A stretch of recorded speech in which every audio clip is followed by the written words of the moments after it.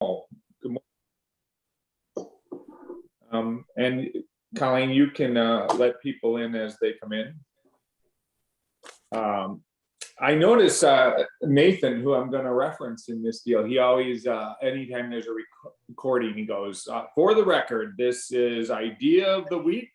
It is August, what is today, the 4th? August 4th? So I don't know if that's important or not, but I notice he does that all the time. Very good. So I'm in the, today we're going to talk, and we're going to try to get into a kind of a groove of doing sales training practices, best practices, part of the 4 pillars.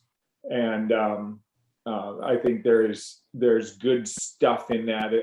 I talked about last week at the firm-wide meeting how, a lot of times we go, oh yeah, I know that. I've been through this, or I've got this, but we've fallen away from it. And so always there's good reminders in it and good pieces for us to continue to work our craft, continue to get better, and continue to rehearse, professionalize. So today we're going to talk a little bit about getting the appointment. And I wrote up a little piece that I don't think Colleen put it exactly in the promo of this. And there's very few of us who have such a full calendar that we're like, I can't plug another appointment in it. It's so full. And so that would probably either indicate we've got some capacity to improve. And it's either a will or a skill. Either I'm not willing to, I don't do the hard work of scheduling more appointments. I don't time block out on my calendar. I don't say, okay, I'm going into calling mode and put on my headphones and do that. That's the will part. And sometimes we really got to work on that. And sometimes we got to work on the skill part. And man, I don't even know what I'm saying on the phone. I'm getting rejected and I must be coming across. And so we're going to talk about some of that stuff today and some different methods. I'm currently in the process of bringing on another leader, team builder into the Wella umbrella. And I asked her, she's a successful sales person right now and is interested in building out a team, coming on board. And I said, where do you get your clients now? And she said, well, I've learned from day one that you should always have 5 different marketing things going to 5 different prospecting things. You got to have multiple channels coming in. And one of those is social media. And so we're going to do a little bit with looking at LinkedIn today. As an aside, I wanted to congratulate, and I think I saw Connor on here. Yep, good deal. Connor went full time on August 1, right? And so did Alani. And I know there's a number of other people who are in pre-contract right now and haven't flipped the switch. And so this is really designed for them in to say, okay, here's some very basic, here's some things that we all should be taking a look at. And one of the things I want to kudos to Connor about, he's going to be at the county fair he's in Northwest Indiana, I think, and the Lake County Fair right there. And he's got a booth and he's going to be out there and collecting names and sharing and building out his database. That's absolutely another way of marketing, giving away maybe some free stuff. Maybe he's got a fishbowl, giving away a prize. People put their business card or an entry in, and boy, you're just reaching people. And we'll have an offering, we'll show products and services, etc. That's how you get your name out. That's how you collect names, put them into HubSpot. Now you put them into e-relationship. You can drip on them, etc., etc.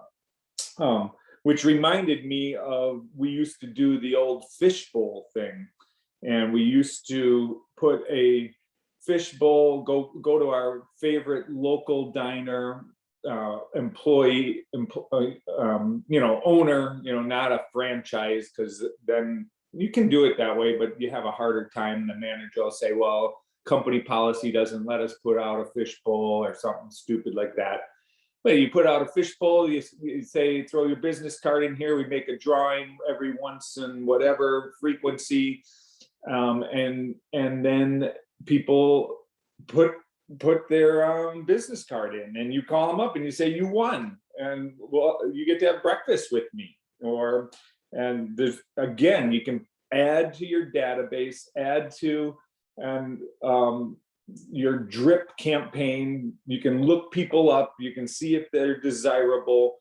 You do it in a community, especially for those of you who are in, little community, a suburb that has a train station, whatever, that you want to be Mr. Mrs. Wella or Rise Agency or financial advisor in that community. You want to be known as that person, and that's how you kind of get your name out and meet more people.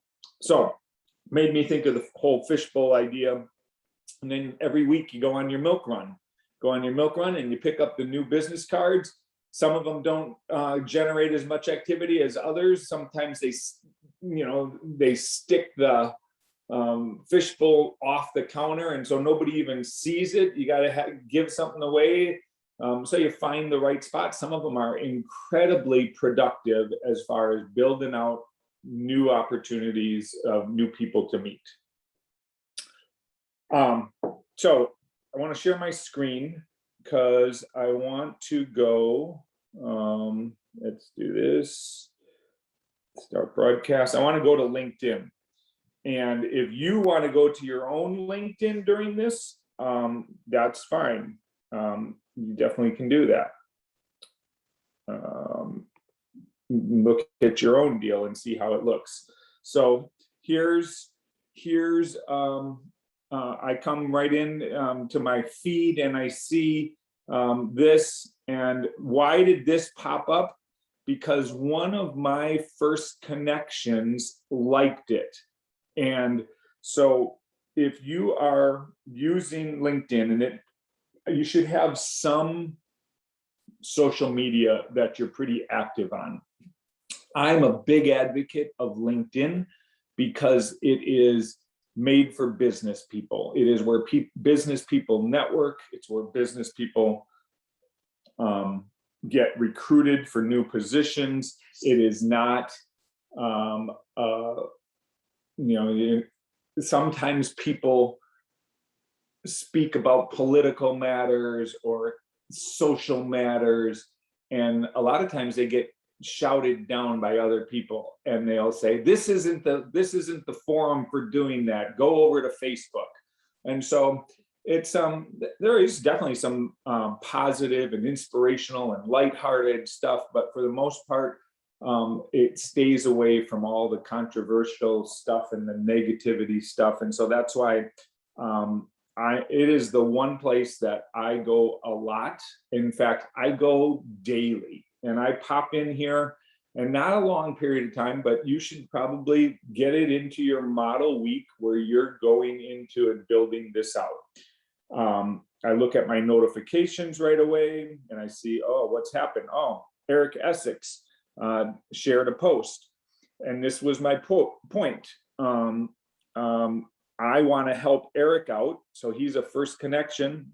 He's with Wella Financial, so he's got this. This probably came up automatically. He set up a campaign through One America's marketing store and puts it up that there's a new post every so often, and he doesn't even, he sets it and forgets it.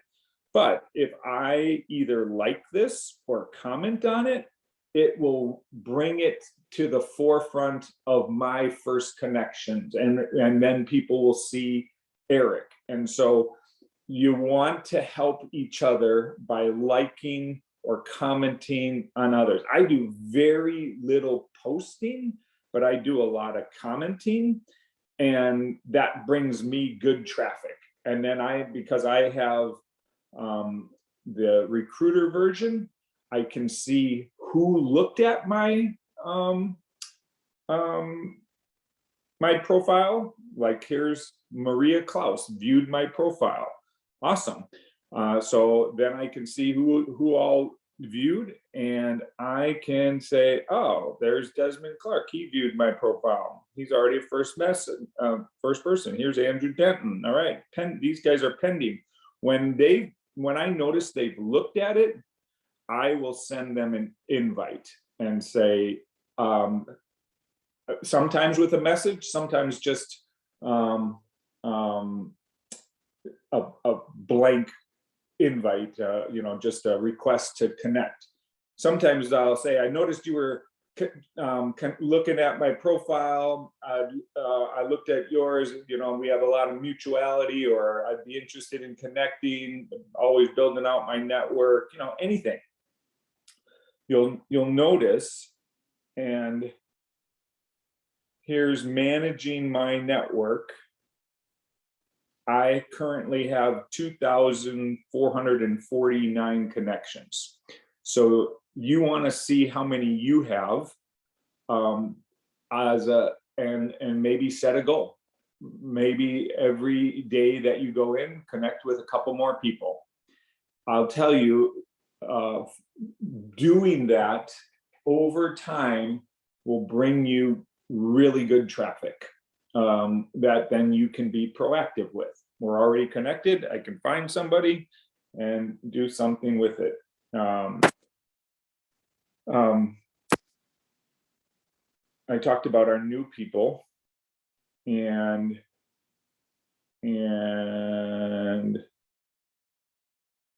Connor. Let's look at Connor. Very good. And Connor currently has 149 connections. So you want to build that. So if you're on this call and you're already on your and you happen to be on LinkedIn, or you're going to get on it later, reach out to Connor, make him a connection. When you help build other people's databases, it will automatically help build yours. It's the whole reciprocity deal. And more, because you're connected to more people, then more people will see your profile and the cool stuff that you put up there. I know I talked about Alani, A-Y-L-A-N-I.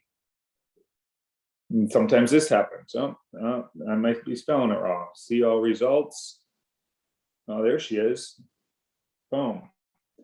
I've sent her an invite, still hanging out there, only 21 connections. So this is probably something LinkedIn is brand new to her. Again, build it out. Have your profile, read through it. Have somebody else read through your profile. Is it outdated? Do you have stuff in there that you need to update?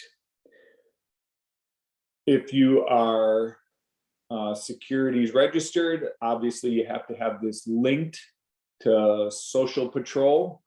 They have to approve it. They do a really good job. It gives you a lot of flexibility. They're not going to be slapping your hand for stuff, but it does have to be connected for that reason. Another guy, Calvin Mims. I know he's, we've connected, great. He's also with Midwest Legacy 411. All right. This is something that I look at with other people. As I meet people, I see how many people are they connected to. And it gives you some indication of how connected, how much they use this platform. And I would encourage, if you want to use this platform, get it over 500, because they don't show anything over that. So then you see 500 plus, you can kind of see all right, this person's working this, and they're pretty well connected and they're networked out there. So here is a way to use this in greater depth, besides just posting and besides just being passive. You use it to generate further referrals. So I'm going to go to Nathan Klug, and he's a guy who probably has 8,000 connections here and is in the Chicagoland area, who we are building out our IMO with and consulting with on that. By the way, quick aside is, and one of the reasons I brought this up is there is a webinar next Tuesday, August 10th at 11, 1 hour webinar. If you are into the infinite banking concept, if you're exploring that, if you're using whole life policies and overfunding them, using the paid up additions, properly constructed, we've talked about that a lot. This software program is brand new out there. There are other software programs. Often they are linked to, you have to sign up with this company and do all your business through this way. This one is no strings attached. And I'm thinking of getting this just for those who want to use it. We'll have one username or whatever. What it does is it illustrates how someone pays off their debt. So the whole idea of having the infinite banking concept, first to pay off debt, then to do investing, to have your own personal bank, to not disrupt your compound interest curve by continually drawing down your balances, and you continue to make your compound interest curve work. This software would illustrate, make a custom situation for people and plug in there that then you could present to them and show them why it makes sense, dollars and cents, from a numbers standpoint, of having an IBC policy, having a properly constructed policy and overfunding it. Instead of putting money into your savings account, put it into this, loan it out, pay off your debt. This would show this debt to action here. So if you go to Nathan's, you can literally sign up. It looks like Jason's already signed up and attending this next week. You can invite others to it. I know there are other ways to get it, but if you go there for the first time, it would say attend. After you click attend, then it will say you can invite others. So that's a good piece. Before I go any further, let me just stop and see if there are any questions with anything I covered so far, because I can't see any of you or the chat. And Colleen, if there's anything in chat, if you could just call that out, that would be good. I know we also introduced Connected with a K, and a number of you did sign up for that. Jason is one of those who's probably furthest along in some of that and working that. And what did you say, Jason? You already have like 60 new connections because of that? Yeah, I'm up to about 90 right now. Yeah, so that's how that deal does work. And I bring that up because I know the RISE agency needed to get their own, so they did one for the RISE agency instead of just under their names, Jim and Brandon. wanted to get up to a certain level of connections and the whole idea is warming it up, getting to a level of competency or exposure, I guess you would say. And look, see, when I put Rise Agency in here, I don't see it, but always click this see all results here, because then it looks and it says, oh, you already have a first connection that has the Rise Agency in it. And all right, so I look at that and they've got 119. So this would be another place where we could help them and help all of us is connect to the Rise Agency, because they're going to use this in their team building. Here I have a second connection, and this is what I'm always looking at. I'm seeing, oh, I know this person. Here's Angie. This is connected to Jim, and I'm a second connection to her. Boom. I'm going to make her a connection. All right. Going back though, the things you want to do are you want to like, you want to comment, you want to post. Some posts have to be pre-approved if they're business related and you are securities registered. Some posts can be pre-made by going onto One America's marketing store. You want to accept connections. You know, sometimes people will send you connections and people say, should I accept them or shouldn't I? I accept every single connection I get. I know I'm going to sometimes get somebody's going to try to sell me something. Well, I'm going to try to sell them something. We're in a dance. That's all right. So I accept all requests, and then I get really specific and look at, all right, I'm already connected to Nathan.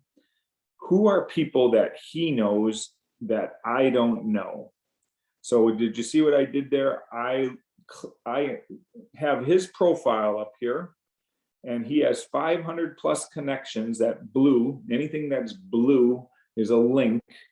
I'm going to click on that, and I then can do this, and I can set all kinds of filters. I could connect on people, I could connect on companies, whatever. You can see these different show me's. People, obviously, we're in the people business. We want to sit down with people for recruiting purposes or doing business purposes. Connections, it'll bring up what level of connections would you like this filter to have?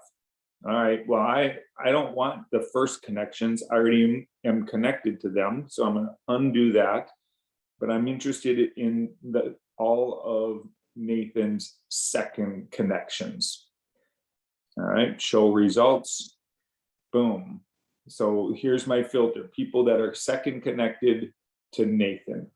Now I have the opportunity to just start scrolling through this and looking at this and saying, all right, who are people here that I might be interested in? Here's a guy, Scott Alexander, insurance planning specialist in South Holland, Illinois. This looks great. Looks like he's an independent. Yep, I love independence. So for my purposes, this would work great. It's got 500 plus connections. I can immediately send him a connect. But more importantly, for this exercise, I want to write this guy down because I want to talk to Nathan about this guy. So I'm doing it from a recruiting standpoint. You could do this from a, more importantly, a business standpoint. Who's one of your really good clients? Who's somebody you just sold? Who's somebody that's close to you that you could sit down with, have a Zoom meeting with, take them for coffee, and you're going to come to this meeting. I'm going to come to this meeting with Nathan with 10 names. And I want Nathan, and I've done my homework ahead of time. I'm going to have him written out, and I'm going to have 10 names of people that I want him to tell me about. Introduced, sure, but I'm not worried about introductions, because maybe 2/3 of the time the people don't get around to introducing. I'm not, and people know people, as Chris Gandy always tells us, and I don't need anybody's permission to reach out and talk to anybody. You know, when it's just foolish how we ask people, can I ask you, would you introduce me to so and so? Why do I need your permission to go and talk to somebody that you're connected to? It's helpful maybe, or it endorses me, but I certainly don't need Nathan's permission to reach out to this Scott Alexander. But I want to talk to him about him. So I might find somebody else. So as you're thinking about this with your client, come up with, this is somebody who's in your center of influence, somebody you like, they like you, you have a good relationship with. My goal is to come up with 10 to 15 names of people I want to reach. I want to learn more about. So I'm going to put those 10 people down on a piece of paper. In this case, I might also just go and take this guy, Jerry Lawrence, and I'm going to connect with him and just send him a blind connect. All right, so now it's pending. And then he might look at mine. And so I might do that with all 10 of those people, but my intent is to go even further with this. Is this making sense? All right. Easy to do. This is how I build my database, and I also fill my calendar. So let's leave this.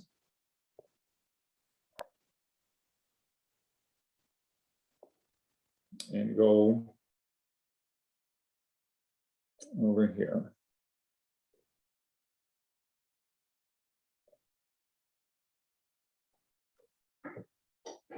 So now I have sat down. Now I go in and meet with Nathan, or I have a phone call with Nathan, and I share my list of 10 people that I have. And I say, Nathan, please tell me about these people. I notice you're connected to them. I think I kind of know that person, but I'm not a first level connection with them on LinkedIn. And you don't have to do this just with LinkedIn. I think LinkedIn works best, but you could do it with Facebook. You could do it with Instagram. Anyway, what I'm looking for from Nathan is information. And primarily, my number one thing I'm looking for is a cell phone number. I could also get that cell phone number on LinkedIn. So a lot of people do put it there. In fact, I should have probably drilled down and show you where that is, but it's pretty simple. I mean, you can look in the individual profile, but ultimately my conversation with Nathan is such that, I'm interested in meeting that person and building out my network, and I don't have any expectation that they're going to do business with me, but I'd like to find out. And I'm hoping you can give me their cell phone number, because I'm going to send them a text. I'm not going to call them. I'm just going to send them a text. And that's why I want their cell phone number.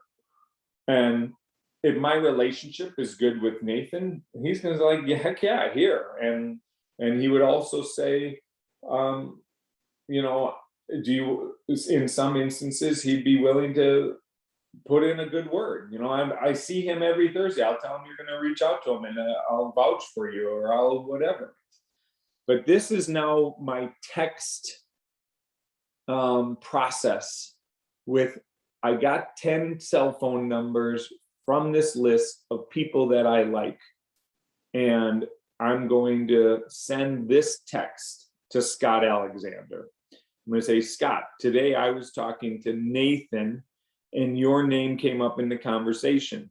He suggested that you and I should get to know each other. I have a quick business question, keyword business question. This is business related. May I call you this morning?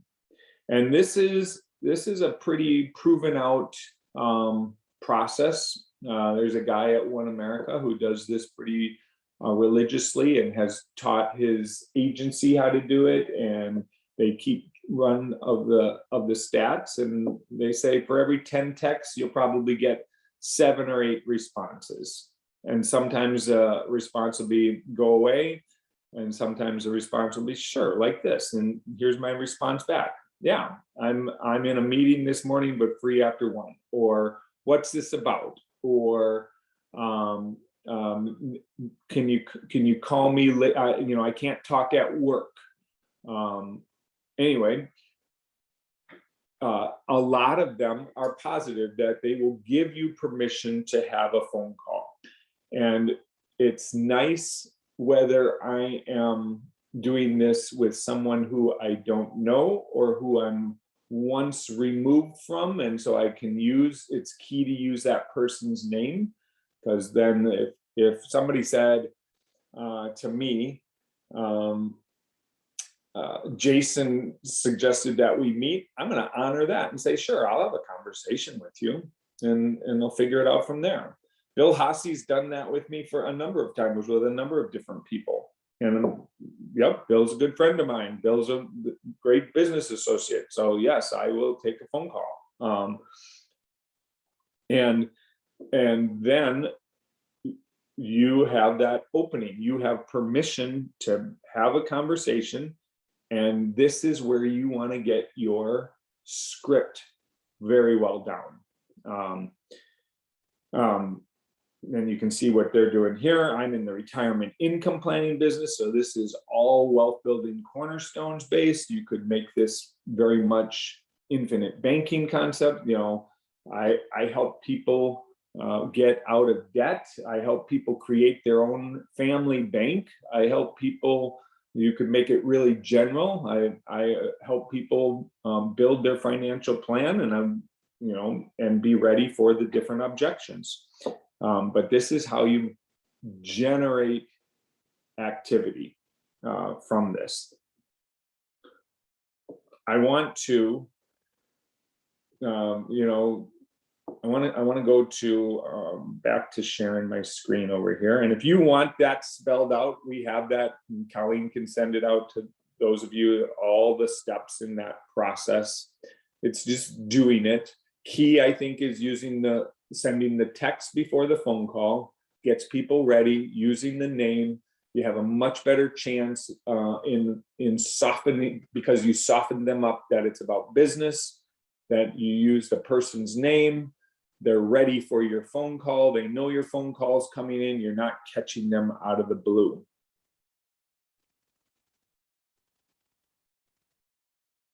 Thoughts?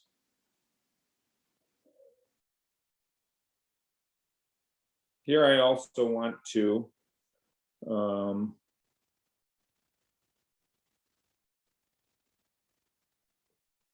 you see my screen?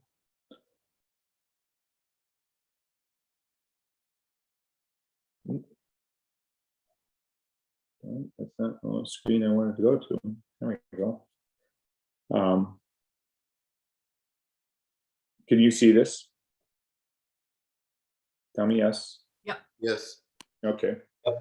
Oh man.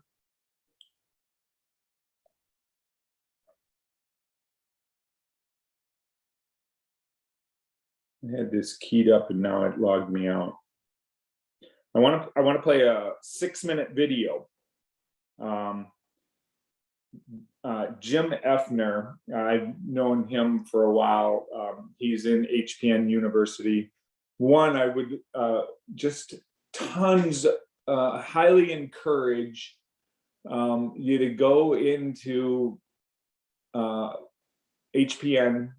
You're all enrolled at least once a week. These little videos are so easy, and kudos to Lamar and Bill Wilkins and Caitlin. I saw all three of them were in already this week, looking at various things.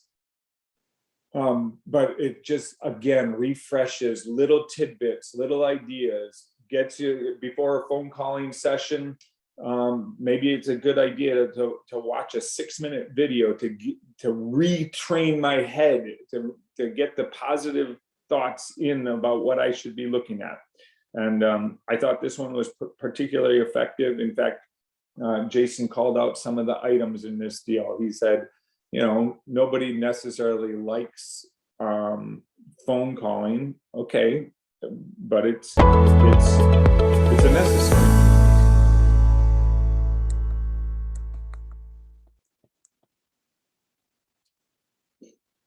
The telephony mindset is really, really important, and it starts there because of the fact that when you go on the phone, you can look at it one way or two ways. The first way, I get a lot of reps in the business telling me that they don't necessarily like the telephone. They complain about the telephone. They have the fear of the telephone. And I say, here's the deal. I don't know if there's ever been a surgeon that went to med school because they really wanted to scrub down and wash their hands. But at the end of the day, if you want to be a surgeon, you want to go in the operating room, you got to scrub down. And if you want a very healthy practice, you have to master the telephone. It's the gateway to your calendar. So the mindset, it starts there. When I talk to somebody on the phone, I'm already thinking in my mind, I know I have the opportunity to change their life if I can just get a meeting with them. If I have the opportunity to get in front of this person eyeball to eyeball, I can truly make a difference. If I don't get in front of them, I can't do anything. So the first way I start in telephoning is just clicking that mindset to know this is an opportunity to change a life, and I'm going to do whatever it takes to get a meeting, because nothing happens until I do, and everything can happen once I do. Language is really, really important. To be a master at it, it's really important. There's a number of reasons why. First of all, when I'm working with a rep who has their language down, my definition of that is you could wake them up at 3 in the morning in their deepest REM and say, go, and it would be like a playbook, and it would be eloquent, it would be professional, it would be delivered the right way. That's having your language down. That's important because it gives you confidence. If I already know what I'm going to say on the phone when I pick up the phone and call somebody, and I've done it so many times, I've got a high level of confidence. And that's one very important aspect to language. The second part of language is knowing what it is that you're going to say in both your opening lines when you get somebody on the phone, and then also in overcoming the common objections when they give those to you. But let's start, before we go into the actual language, let's talk about things that are important. Number one would be your volume. It tells everything to the client. You almost want somebody to give you an appointment because of your passion and your enthusiasm, not literally, but figuratively. It's almost like you're jumping through the phone line at them and they feel it, And so it's tone of voice, it's volume, it's having energy and passion that comes out with that language. Even though I don't think it directly affects it, I used to always coach and myself recommend standing up. I feel that when I stand up and I'm more into the moment, I feel like I'm ready to have an engagement with somebody, as opposed to more relaxed when I'm sitting down. So language is all those things. But once we get to language, it should be succinct. It should be concise and compelling and very clear. And you should go right after what it is that you want. So let's start with language as not the purpose for small talk. The purpose of the telephone, and when you use that language, is simple: to get an appointment. And so I like having my students all have their language down to the point that they could say it every single time. It's clear, it's concise, and it's compelling. An example of that would be that if I were to call up somebody who, let's say their name is Bob, and I was referred to them by Mary. Once they answer the phone, I would say, hey Bob, it's Jim Effner from XYZ Company. I'm calling on behalf of Mary. Did Mary get a chance to tell you that I'd be calling? And that nomination is important, but let's be honest, probably a third of the time, Mary would have actually taken the time and reached out to Bob and given him a heads up. And so I always try to add a little humor when Mary's caught off guard and says, or Bob is caught off guard and says, no, Mary didn't call me. I'd say, you got to be kidding me. Well, I'll have to give her a hard time. But now that I got you on the phone, I'm a financial representative with XYZ Company. I'm calling on behalf of Mary. Mary didn't assume that you'd be interested, but she spoke very highly of you and certainly thought that a meeting between the two of us would serve to our mutual benefit.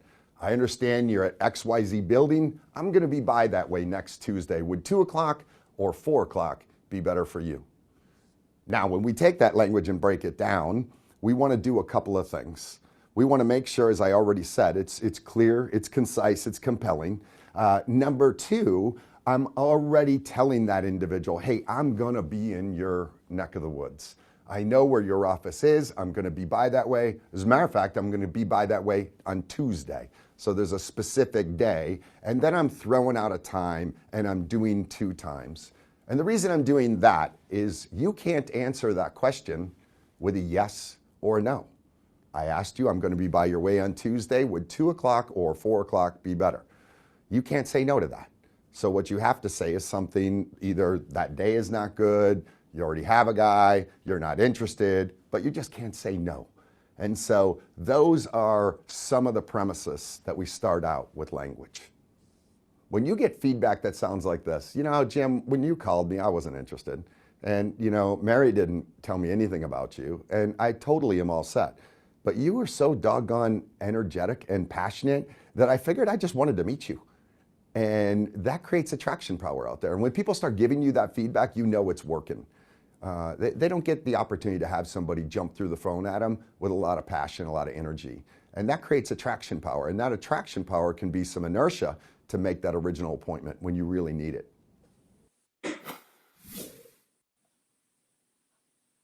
Awesome. So literally 6 minutes. And conceptually, some stuff we probably have heard before. If you're brand new, maybe you haven't heard before, but simple. And so simple, concise ideas that we need to implement if we want to improve. And I guess the one that I would call out the most is having your language down. And you know, we're gonna wrap up here. And if you've blocked off 9 to 10, you got 15 minutes left.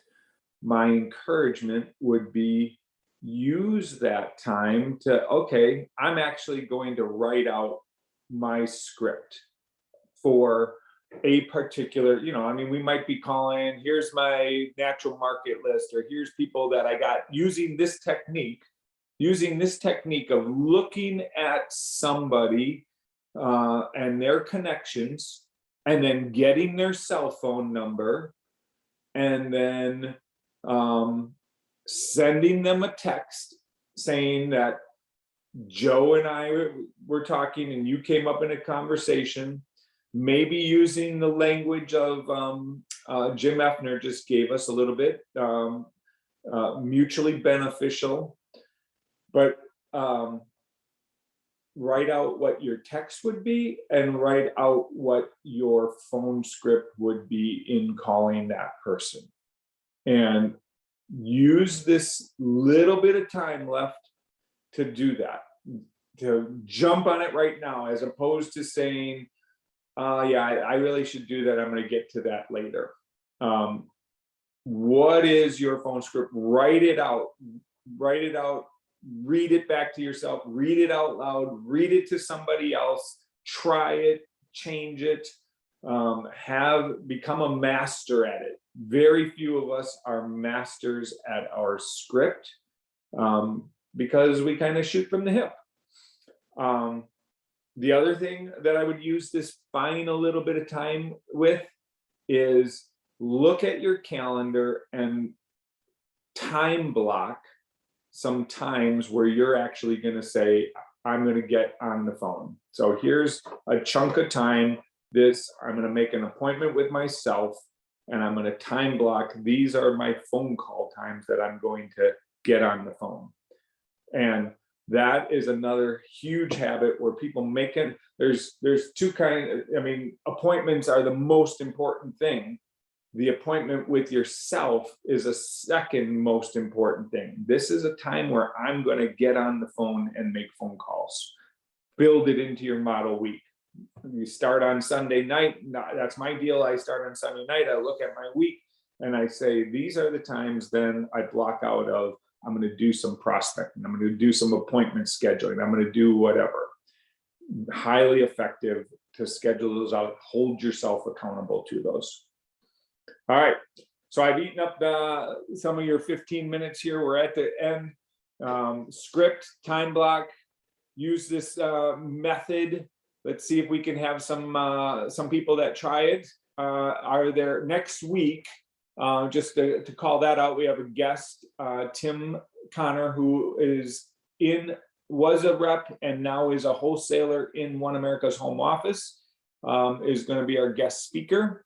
So you want to be on that. If you want to sign up for that extra webinar on for the debt to action, go to Nathan Klug on LinkedIn. You can sign up there, or I could easily get you the invite on that as well. I know I plugged in some of you already for that, who I know are doing a lot of IBC stuff.